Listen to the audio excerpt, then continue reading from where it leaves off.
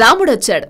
సంక్రాంతి పండగకి థియేటర్స్ లో సందడి చేసేందుకు సీతతో కలిసి వినయ విధేయ రాముడొచ్చాడు. బోయపాటి శ్రీను దర్శకత్వంలో రామ్ చరణ్, కియారా అద్వానీ హీరోయిన్లుగా నటించిన వినయ విధేయ రామ భారీ అంచనాల నడుమ శుక్రవారం నాడు జనవరి 11న థియేటర్స్ లో విడుదలైంది. రంగస్థలం సినిమాతో చిట్టిబాబు పాత్ర ద్వారా తన నటనపై అప్పటి వరకు ఉన్న ప్రేక్షకుల్లో ఉన్న సందేహాలు, విమర్శలకు చెక్ పెట్టేశారు రామ్ చరణ్. ఈ చిత్రంలో తెలుగు హిస్టరీ రికార్డ్స్ ని కదిలించి మెగా వారసుడిగా సత్తా చాటాడు చిట్టిబాబు. ఈ చిత్రం తర్వాత mass and family action director Boyapati Srinu దర్శకత్వంలో వినయ విధేయ రామగా ప్రేక్షకుల ముందుకొస్తూ ఉండటంతో ఈ సినిమాపై విపరీతమైన అంచనాలు ఉన్నాయి.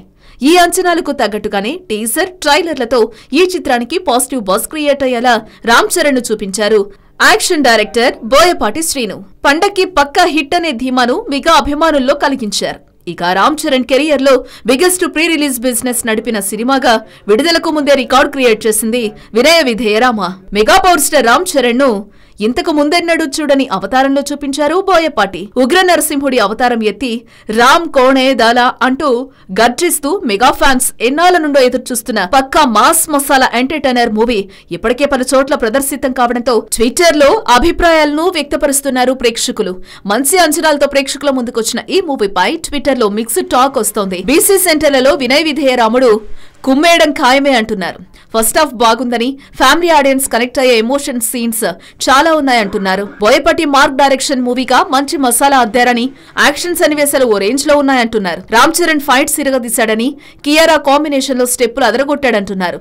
ఇంటర్వెల్ బ్యాంగ్ అదిరిపోయిందని, వార్నింగ్ సీన్ కేక పెట్టించిందన్నారు. మరోవైపు అనుకునేంతగా ఈ సినిమా లేదని బోయపాటి రాడ్ దింపేశాడు బాబోయ్ అంటూ నెగిటివ్ ట్వీట్స్ వస్తున్నాయి. ఇక దేవి శ్రీ ప్రసాద్ మ్యూజిక్ తో పెద్దగా ఆకట్టుకోలేకపోయారంటున్నారు. హలో, మిమ్మల్నే యోయో టీవీ యాప్ డౌన్లోడ్ చేసుకున్నారా? ఇంకా లేదా? మీ యాప్ స్టోర్ కి వెళ్ళి వెంటనే డౌన్లోడ్ చేసుకోండి.